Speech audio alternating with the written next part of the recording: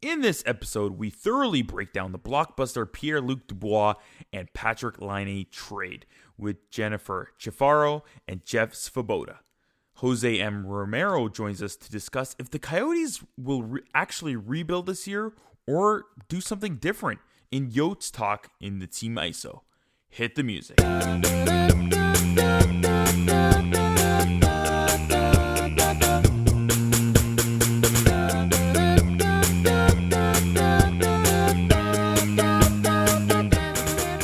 Welcome to Jablam Sports Hockey, folks. I'm your host, Peter Bonjaranov, and the mic is always on. You can find me on Twitter at Russia98. You can find the full show at Jablam Sports. If you have any questions or comments, please tweet us. Use the hashtag Jablam Sports. That's JABLAM Sports. Please subscribe to us if you haven't done so yet, and click on the three dots in your podcasting app. Share our show with three hockey fans you know. Thank you, everyone. Remember, check out our website, go to jablamsports.com, see all our podcasts, and even game notes for each episode. You'll get links to all the things we mentioned on the show, including guests. For our podcasts, click on podcasts, and then hockey on this show specifically right on our website.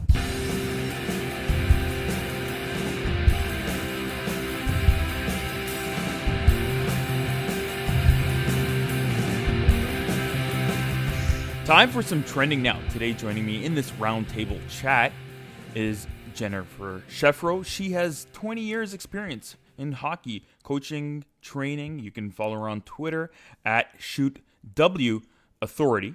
And of course, Jeff Svoboda. He's the Columbus Blue Jackets team reporter. You can find him on Twitter at Jackets Insider.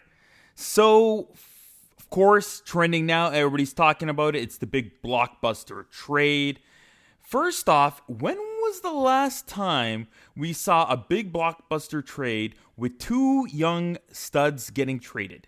In my recollection, it would be January 6th, 2016, Ryan Johansson, Seth Jones trade between Predators and Blue Jackets again. Is it, Jeff? Maybe? Is it that the one?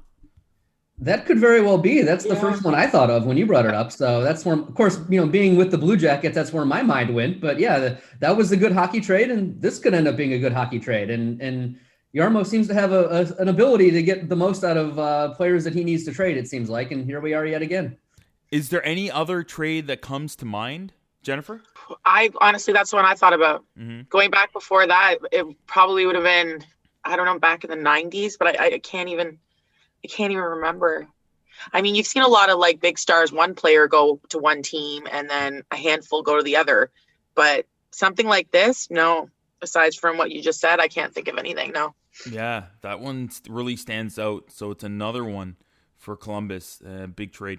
If we go back to 2016, NHL entry draft, who was drafted first? I would say, of course, the team I did growing up is Austin Matthews goes drafted first overall. Who gets drafted second?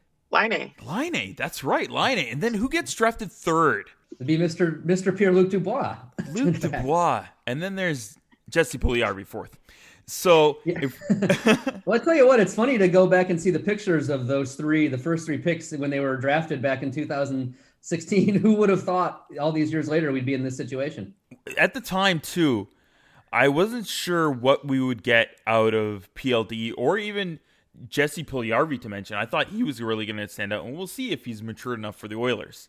With this trade, by looking at it quickly on paper, Columbus gets Laine, a obviously great sniper, still potential to score 40 goals, and still another solid young 23-year-old depth center in Jack Roslovic, former late first-round pick, and then goes the other way to Winnipeg, Pierre Luc Dubois, and a third-round pick. I don't know. What am I missing here?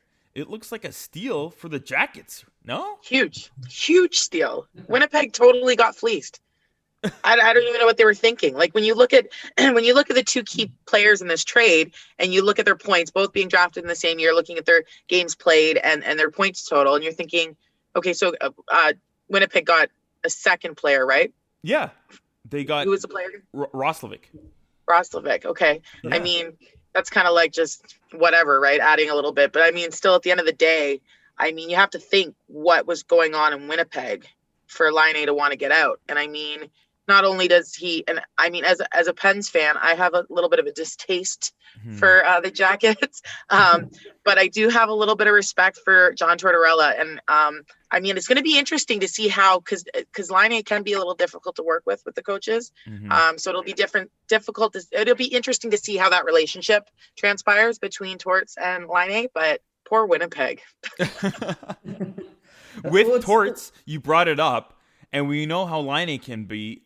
Jeff, is this just a volcano waiting to erupt there? I mean, that's going to be a fascinating subplot, is how Laine and Tortorella get along. And the thing is, if you look at the advanced numbers, if you look at the scouts, I mean, people say the weakness in Patrik Laine's game is on the defensive side of things. Obviously, the goal totals are incredible and they are what they are. But, the weakness that people talk about with Laine is defensively. And if you don't play good defensive hockey, under Torts, Torts is not going to be a happy camper. And so how that develops is going to be interesting. Now, I think the passion from everything I've read about Laine, and, people say he's a good teammate. They say he wants to win. Torts will love all of that. But at the end of the day, if you're screwing up and the puck's going into the back of the other net, that's not going to be good for Columbus and for Laine and for Tortorella's relationship. So that will be the interesting thing to kind of watch here as that develops. And, but at the same time, if you're a coach, it's your job to make sure a guy does play defense and bring that along in a player. And I think Torts will relish that challenge. And, he's had this kind of discussion or situation with a lot of guys over the years. And often it works out well, and sometimes it does not. You could say that with Dubois, those two had their battles over the years. And so how that relationship develops, I think, will be one of the keys to this trade. Can Columbus get the most out of Patrik Laine? Because if you ask who won the trade, I think Winnipeg gets the more consistent piece in Dubois. I mean, he's going to be Pierre Luc Dubois, he's not going to have huge ups and downs, I think, in his game. But I think Laine is a little bit more of a difficult guy to kind of project. And especially with coming here, how he fits in and how that goes is going to be one of the big factors as to who wins the trade. It'll be fascinating to watch, I think. Laine is obviously, you're getting that sniper. And when I look at teams, especially like Columbus, it looks like he fills a need in terms of a guy you can count on that will give you that offense for the most part. Yeah, if you looked at Columbus's lineup, and this has been said since Artemi Panarin left 2 summers ago, the thing that Columbus was missing was a high-scoring elite winger. They've got two pretty good goalies. They've got a pretty good defensive core. They've even got some pretty good depth forwards, but they didn't really have anybody that could create and just make things happen and score at a very high level. And so I think Laine really fills that role, should fill that role anyway. He should help on the power play quite a bit. And that's, anybody who's a Blue Jackets fan or has watched the Blue Jackets know that has been a weakness for a long time in Columbus. So you add pieces that really help you where you needed them the most. And I think it kind of puts the rest of the Blue Jackets lineup together in a way that makes a lot of sense. And you add Roslovic, who could be a second or third line guy as well, who's got upside. Never quite got the opportunity in Winnipeg to show that all off. So the Jackets got pieces they needed, but Winnipeg, I think, did too. I mean, that's been the talk up there is, Laine kind of didn't fit with what they had going on, and they wanted a good second center to go with Mark Scheifele. So, maybe it is one of those hockey trades like Columbus, Nashville a couple years ago, where both sides get what they need, and it ends up helping both teams. But it will be certainly talked about for a very long time because, as you said, trades like this don't come along all that often. Jeff, you mentioned it, that they're bringing in another center to go with Scheifele. Jennifer, what do you think? I know guys like analysts like Craig Button and stuff, they mentioned this is the best 1-2 that they have in the North Division now among centers. Really? Is Scheifele and now PLD the top 1-2 centers in the league or even in the North Division? Okay, well, for me as a coach and just as a hockey fan, I don't really follow analytics. I mean, the point of the game is to score and make points. I get that. Mm-hmm. But I'm more chemistry based. I deal with the flow of how people relate to each other on and off the ice. So if you take, for example, Mark Scheifele, I think he spoke out on Laine leaving, and he wasn't too happy about it. So there was obviously some sort of connection there between those two. Dubois, right? Is that how I pronounce it? He's going to be in a new market where there's less pressure from a really tough coach. It's known Torts is hard to play under, and I mean, well, look what happened with Dubois, right? Mm-hmm. So he could completely shine in his given circumstances. Whether he's the top 1-2, I mean, I don't think so. Mm-hmm. Is that in the Canadian division? Is what they're saying? Have they met the Toronto Maple Leafs?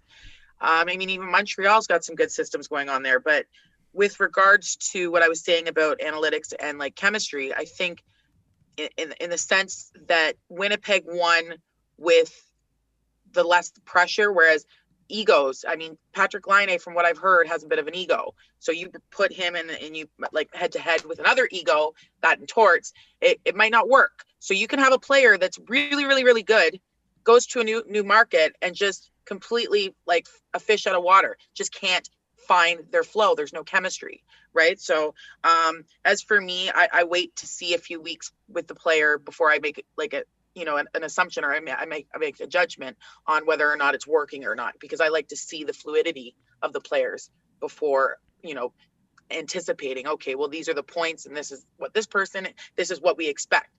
Expect nothing, right? At the end of the day, expect nothing. It ultimately comes down to chemistry. So analytics for me, yeah.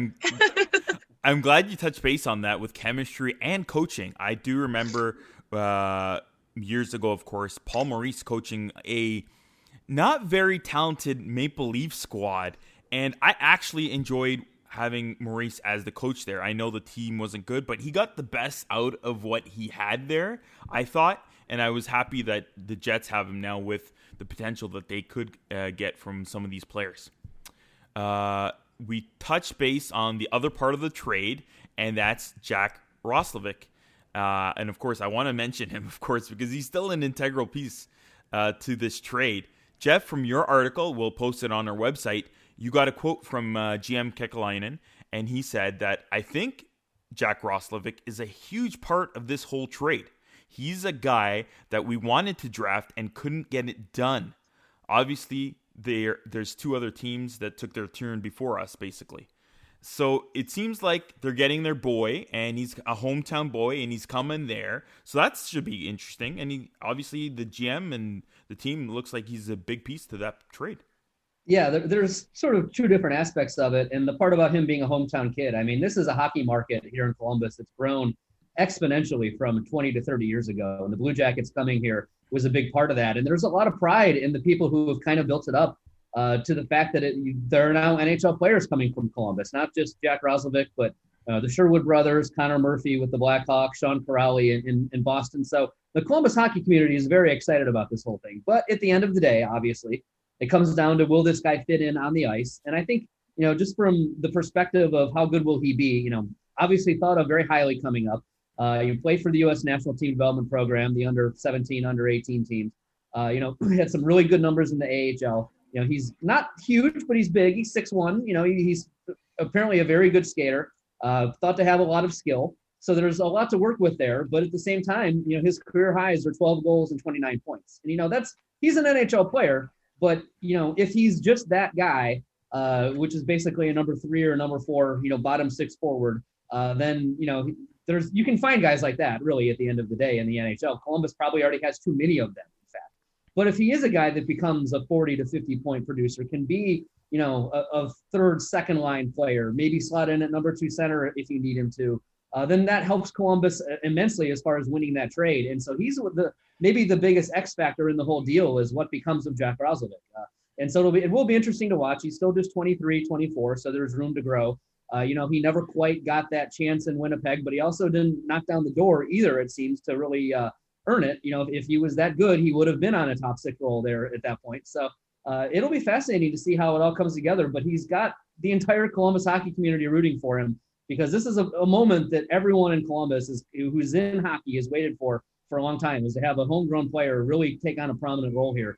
And everyone really hopes it works out, but will that pressure be good or bad too for him? So that's another fascinating part of the whole deal, is what becomes of Jack Roslovic. Laine's contract has 1 year remaining. Pierre Luc Dubois' contract has 2 years on the new bridge deal. Both are RFAs. We kind of got a glimpse that they both wanted out of the previous cities that they were in. Maybe PLD wanted maybe a bigger limelight. Maybe Laine wants one as well. We're not too sure. Jennifer, what do you think? Do you think them staying on these two teams is there long term, or is it just a stopgap before they go somewhere else? It's kind of hard to that's hard to determine. I mean, if Laine finds success in Columbus, they'll re-sign him. Like that's how it goes. If he's happy there, he'll stay. Same goes for any player, really. With Laine, I don't know. Like, I'm not sold on him. He's a good skilled player, but I mean, like mentality wise, I'm just not sure about him if he's flighty or not. So, I mean, if he doesn't, find some connections with the teammates in Columbus, I could see him wanting out of there just as fast as he got there. You know what I mean? So, I mean, it's going to be interesting. At the end of the day, all players play to win. That's what they want. They want to win the cup. So if they can learn to put their egos aside and work with other players that they might not want to work with, or that they think they're better, not as good as them and getting more ice time, whatever, you got to put all that aside and just, for the team, do what's best for the team. I'm not sure Laine can do that. So we'll see. Like I said, it's going to be really interesting, the relationship between him and Torts. Really, really interesting. I think that at the end of the day, despite whether Columbus makes it through to, the conference final or further, it really depends on that relationship. But, I mean, I'm hopeful. So we'll see. Are you really hopeful as a Pens fan? I mean, no, but I like Laine. Like, I like him as a player, right? I'd love to coach him if given the opportunity. So I'm speaking from a coach's perspective. Yeah. You know what I mean? Like if I were Torts in this situation, I would be like salivating right now. Yeah. And he's such a unique player too. And the game needs guys like that to succeed, I think. Like guys who can score like he does, there's just not many of them. And the league's better when there's personalities like him who are filling up the net. And he's certainly got an interesting personality, it seems. So just as a hockey fan, I'd be curious to see how this whole thing works, because if he can score 40, 50 goals like he did a couple years ago, he makes the league more interesting if he's doing that. So, and PL might do the same thing in Winnipeg. So you want the great players in the game to be great. And I think that's what makes it so compelling. So from that perspective, I'm interested to see how this whole thing goes. We had another update of a delayed game Monday, with Tuesday's game being canceled and shifted between the Tampa Bay Lightning and the Carolina Hurricanes. That's, I think, 4 games straight now for the Canes that are being canceled. In terms of trades like this, which is another reason why I'm a little bit shocked, I thought this season might not have that many trades with the pandemic and everything going on, let alone a trade as big as this one. How long is it before they actually start playing for their new teams? Is there any update, Jeff? Do you know? It is a tough one because there's really no road for this as far as it's all new, kind of trying to make trades like this. And then you add in the border with Winnipeg being in Canada and obviously Columbus in the US, it adds a whole nother level to it.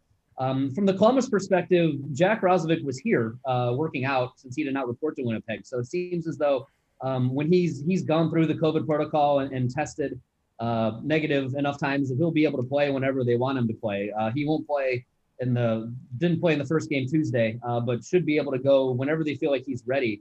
Laine, I think he has a work visa issue as well, but when he gets here, I think he just has to go through a 48-hour quarantine as well, because he's been in the protocol. So he should be not that far down the road whenever he's ready to go. But only 48 hours? I heard 7 days. I've heard 48. And again, this is where no one really knows, because I think Dubois, because Canada has stricter regulations than the U.S., Dubois at least has to do 7 days and maybe 14 is what I read. 2 weeks. Yeah. Yeah. And they can petition to make it shorter, but that petition may very well not go through. So, because we've seen Canada be pretty strict on this stuff. So yeah, that adds a whole nother layer to it. And I don't think you would have seen a trade like this, except for the fact that there was just 3 players who were unhappy where they were, and the teams happened to line up in a way that the trade could happen. So I don't know that there's another huge trade like this out there. But also you've got, with the economic considerations of the pandemic and teams are out of it. Will they want to trade guys and just kind of, especially trading salary as we get to the deadline? It'll be really interesting to see how that all goes as we get kind of down the road here, because it's a new world for everybody. That's for sure. You can find them on Twitter, Jennifer at ShootWAuthority and Jeff at Jackets Insider. It was great chatting with both of you. Thanks. Yeah, thanks for having me.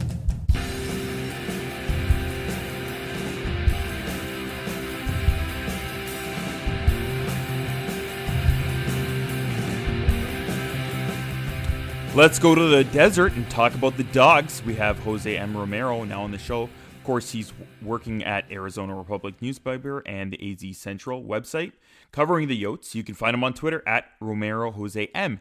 Welcome back to the show, Jose. Happy to be here. Thanks again. So I read your article about the Coyotes and the non-icing call by Alex Tuch.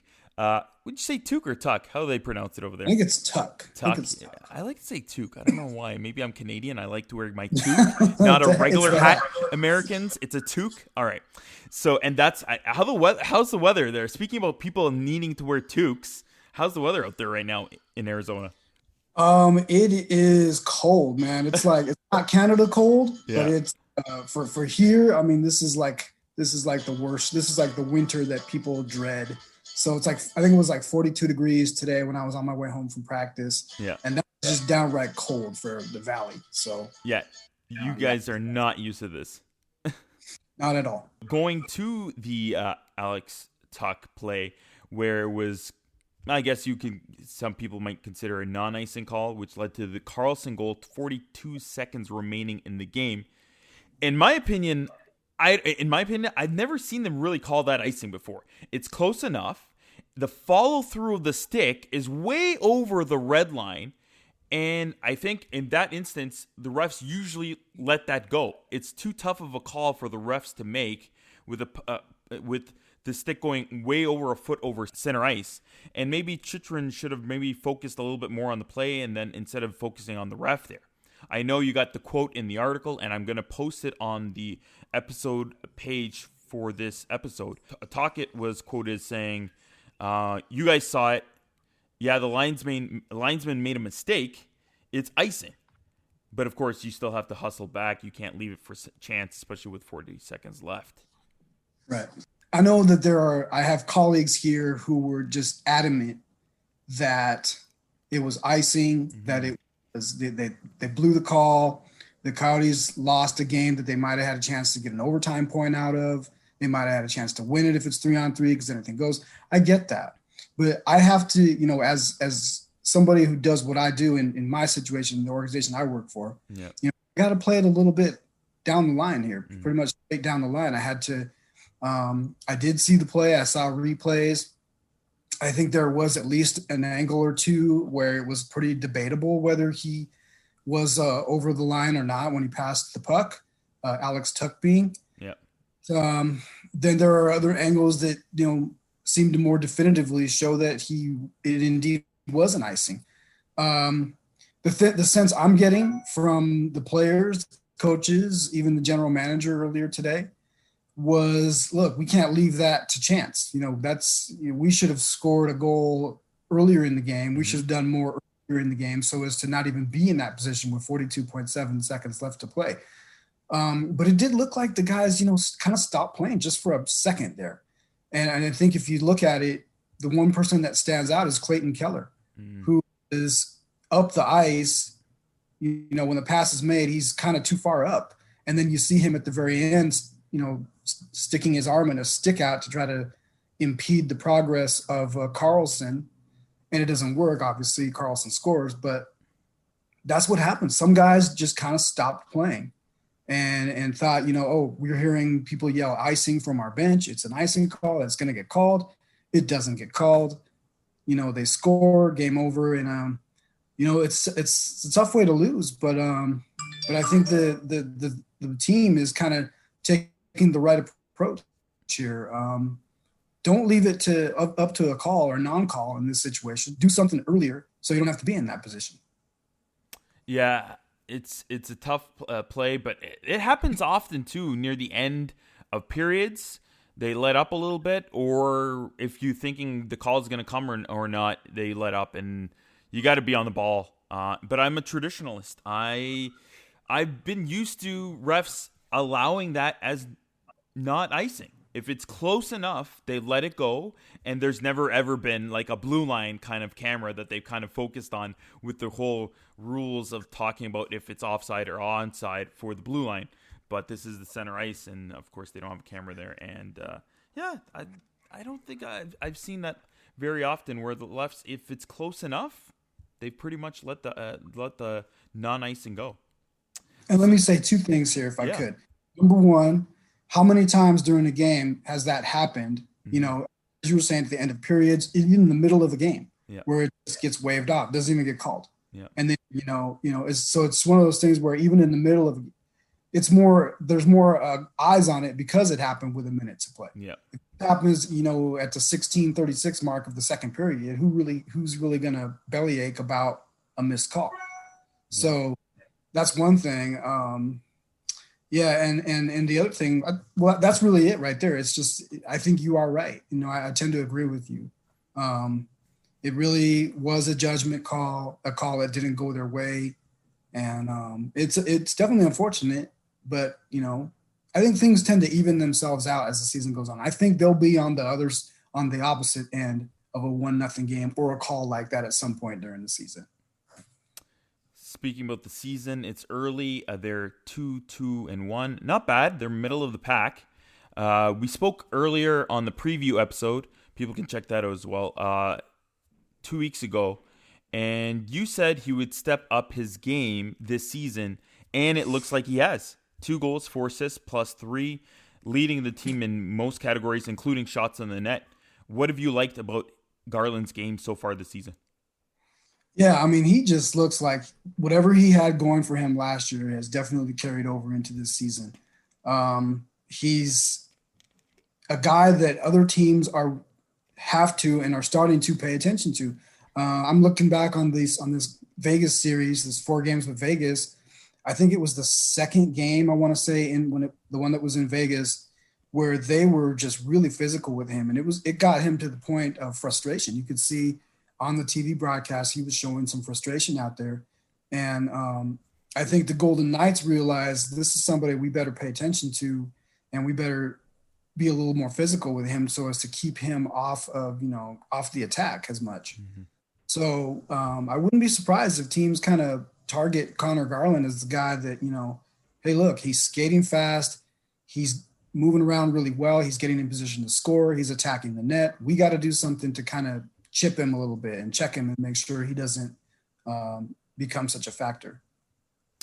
The Boca Raton native Jacob Chychrun also looks like he's playing a lot better with 5 points so far in the back end. What's increased in his game other than maybe a little bit more ice time? He's a guy that is, first of all, he's big. He's big. He's athletic. He's fast. He's just like the prototypical defenseman that you look for, who also happens to have an offensive side to his game.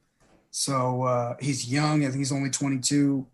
This has been burgeoning within him for a few years now since he's been with the Coyotes, and now it's really starting to, to bear fruit here. All of the time that he's put in to get to where he is, I think he's really the guy that, if there was somebody who really should get a lot more attention than he does. And I know that the Coyotes really don't get a whole heck of a lot of attention anyway. Mm-hmm. Chychrun probably deserves more than what he gets just because he's got a ton of upside. He's playing really well. He's, great on the power play, solid on the penalty kill. Just kind of does everything and plays a lot of minutes. So he's giving Rick Tocchet exactly what he wants. We know how Kessel can play. And we talked about this too in the preview episode, but maybe not some more supporting the defense as much, but of course always sniping pucks. And again, so far he's already up there and leading the league in goals so far with 4 in 5 games, I believe. It's too early to tell, obviously, but can he be that top sniper and be top 10 in the league in goals this year? Well, the start that he had to the season was phenomenal. I think he's 3 in like the first 2 games, and then he got another one, and he was close to one yesterday. I think maybe with a little more wiggle and some stick handling there, he puts one past Marc-Andre Fleury. there in the third period, but it didn't happen. So I think, there is that potential for him, but again, there are some limitations there. And, he's certainly not somebody who helped, like you were saying, doesn't get back on defense too much. Somebody they definitely have in there for offensive situations. Late in the game, he's in there trying to make plays. So I think the jury's still out as to how much more effective he can really be. But certainly off to a good start, a promising start. And what he just needs to keep doing is just keep shooting, keep getting the puck, keep shooting it, and doing what he does best, because that's how he builds confidence. A player who might not be having such a great start is Darcy Kuemper. It just doesn't look like he might be having too much fun between the pipes so far. I think the first two games, that was probably pretty true. Now, the last couple of starts he's had, he's turned it around, and especially, he kept them in the game against Vegas on Sunday. Like without Darcy Kuemper, that's 3 or 4 to nothing, if it may be worse. Mm-hmm. But the saves, when he's on, he's keeping the Coyotes close. He's keeping them either in the lead or close, and he's done that the last 2 starts he's had. The first 2, maybe it just was not a heck of a lot of reps in training camp. It was a short training camp. Who knows what? But it looks like he has turned things around. Now, that being said, they didn't have Antti Ranta for a few days here, so tomorrow will be interesting to see if they turn to Ranta, who might be ready to go, or if they continue with Kuemper. And if that's the case, how much he might need a break, and how effective will he be starting, game number 5. In 2019, the Coyotes drafted 11th overall Victor Söderström, and we'll post a clip of his amazing talents on our website. Go to jblamsports.com/episode. This episode is season 6, episode 7. Victor's in the lineup now. How does he look out there? Yeah, he looks okay. He's I think he has some limitations, or he has some things he's got to work on as far as being a defenseman, like playing defense. Mm-hmm.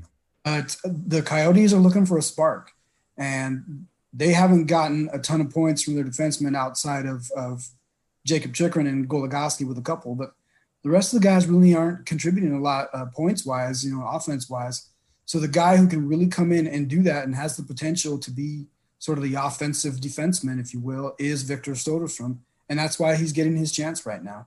I don't know how long it's going to last. I don't know if, the AHL season starts here soon. They may want to send him down there to get the ice time, to play every day or as much as possible, to keep him off the taxi squad and so that where he's not active. But for right now, he looks like he's pretty comfortable out there on the ice against NHL players. There's a lot to learn, but you only learn by, being thrown into the fire. So he took a few more shots in the last game as opposed to his first game. I know he's looking to make something happen. He wants to be, he wants to contribute. He knows that he can be a factor, and you've seen it in the international level. Yeah. So I think, I don't know how much longer they want to continue with this, because they do have Ilya Lyubushkin coming back from Russia. He is back, but he's in COVID quarantine for the next week. So once he's ready to go, maybe they make a move with Söderström. But for now, good for him to get his opportunity, and at least the Coyotes will know what they have in him against NHL opponents. How do you think he projects? Can he be maybe that top 2 D-man that they think he might be? Well, I think he's young. He's 19, so he's got to put some size on him. I think he's got to, the off season for him might be really important in terms of putting on some weight and some muscle. And also you have to keep in mind the Coyotes are missing Oliver Ekman-Larsson, who is their captain and their head, the head of the defense. He's out with a lower body injury for a couple more weeks, it looks like. So, they've missed some guys on defense. They've tried a couple of guys on defense that really haven't panned out, even though they just got a game or 2 worth of a look. I don't know if Söderström can stick. I can't definitively say he's going to stick all season, but at least for now he's getting an opportunity. And if for some reason somebody else goes down and he's not up with the active roster already, that's a guy they can call upon quickly, and they'll know what they have. It's early in the season, but the usual suspects are at the top of the division, and the California teams, along with Arizona, are on just in the outside. Do you project that they're going to still be in that bottom four by season's end? I don't know. Maybe it's sort of an old school feeling, but I just see this team as being pretty close. There's not bickering. There doesn't seem to be any sort of lack of unity here. It seems like everybody's on the same page. And quite honestly, there's only been one game out of the first 6 that they haven't really been in. The other 5 games, they've been right there. Those games have been there for the taking for at least most of the game. So I think they might feel like they probably feel like they're in a pretty good place right now. Everything I'm hearing from the players is we like what we're doing. We're feeling good about our game. There's definitely room for improvement, but we're right there. And I think that they showed something. And even though they lost 3 out of 4 to Vegas, we know that Vegas is a Stanley Cup contending team, and the Coyotes really pushed them. And, clearly they maybe don't match up with Vegas size wise, but for, that series, those 4 games, 3 of them could have gone to the Coyotes, because they were all played that close. And so, will they finish in the bottom 4? I mean, right now it might look that way, but I think there's plenty of time for them to show that they have come together and they know the system they want to play. They know it well. Everybody seems to be buying into each other's roles. And once you get some of those guys, once you get Ekman-Larsson back from injury, that certainly helps, because he was off to a pretty good start. We spoke before about Bill Armstrong, the GM, having a let's see what we kind of have here season. If they're struggling a little bit, at what point in this short season do they say, we are in a rebuild mode, it's time to focus on the next few years? That's hard to say. I don't know if I can answer that. I do think there's already so many young guys up the team now. And when I say young, we could be talking Victor Söderström young, 19, Barrett Hayton young, 20 years old. And also we're talking about guys who are in their 3rd or 4th years, who are still in their early to mid 20s. So it's still I think Bill Armstrong is going to keep believing in these guys, seeing what they have. I think the new forwards that they brought in, Drake Kajula, Tyler Pitlick, Derek Brassard, those guys have all shown that they can contribute. So there's plenty, I think, for the Coyotes to be encouraged about right now, even though the record is 2-3-1. Going to be big, going to be important now to beat those teams that are considered lower in the division, like the Anaheims and the Kings and the Sharks. But I think the record kind of, people say the record is what you are what your record is. The Coyotes could easily have another win here, and win in the ledger, and they don't have it. So I don't think it's really time I don't know if he's going to bail on everybody, at some point during the season, because they already are playing so many young guys and unproven guys as it is. If Armstrong and the rest of management really believe in this young core group, the destination of Arizona hasn't been a place where a lot of free agents go. How can they build around that core then? That's a good question. I think one of the things that we heard a lot of in the offseason is how nice a place Arizona is, how nice a place it is, geographically and weather-wise to come to in the offseason. A lot of guys, either stayed around the area or only went back home for a little bit and then came back. Guys were anxious to get back here into the area and get back to work in the offseason after the bubble. So, I don't think that the place physically, the city, the area is a drawback. I think anytime you have a chance to come out here in an off season and train and then go outside in the sun after you do your work in the rink, who's not going to go for that, right? So, you have great weather, you have good surroundings. There's not a ton of pressure on them in this town sports-wise. This is more of a Arizona Cardinals NFL town, basketball Phoenix Suns town. So, I don't see the city or the team or the organization being a drawback as to, free agents coming here so much. But I do think there might be something to it, just because there really isn't a history of success. So you have that. I enjoyed Phoenix when I was there. I thought it was great. The arena and the area around it was nice. A little bit further than downtown per se, and that I'm used to, especially being in a Canadian city. But it's a really nice place, a really great weather, maybe a little humid for some people. And I felt that when I was there, some people from the Arizona area, they thought, they have to get out a bit because it was a little too humid for them. This is a city that has a lot of people from other places. Yeah. And it shows, it's reflected in the people that buy tickets to the hockey games. It's reflected in all the sports events. I mean, you go to any sports event and chances are a large chunk of the people in the seats are rooting for the other team. It comes with the territory. That's how we live down here. That's what we've become accustomed to. I'm not even from here. Yep. So, it's, when my Portland Trailblazers come to town, I'm cheering for them. So, but I think, it's people like your own experience, right? You came down here and you loved it. You enjoyed it. You thought that the arena thing is something they're working on. Mm-hmm.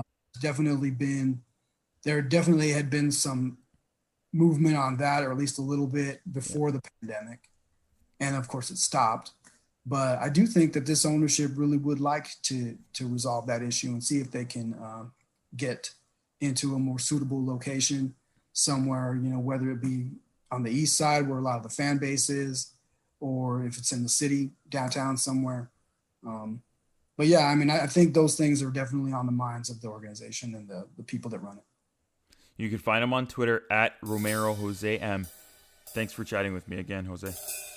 You bet, Peter. Be well, man. Take care.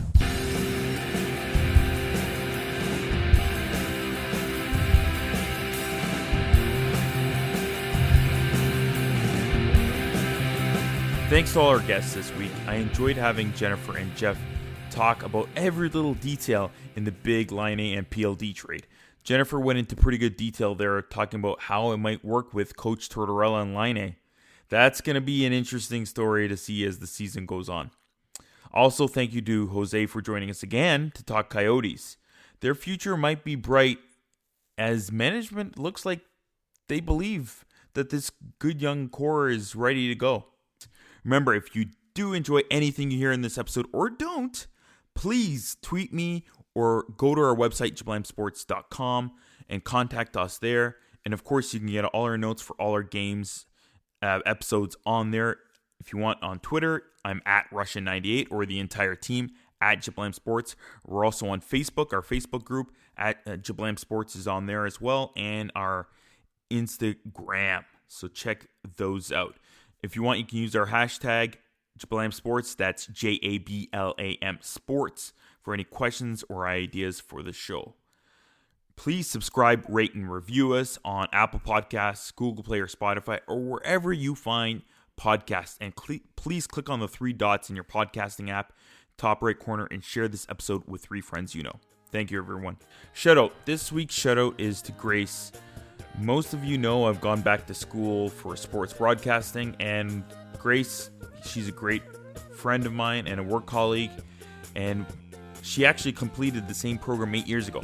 She's really helped talk to me with our weekly chats, and also let me borrow her old books and equipment. And to every one of our followers, I'm giving you a virtual hug. Stay healthy, listen, be yourself, and stay strong.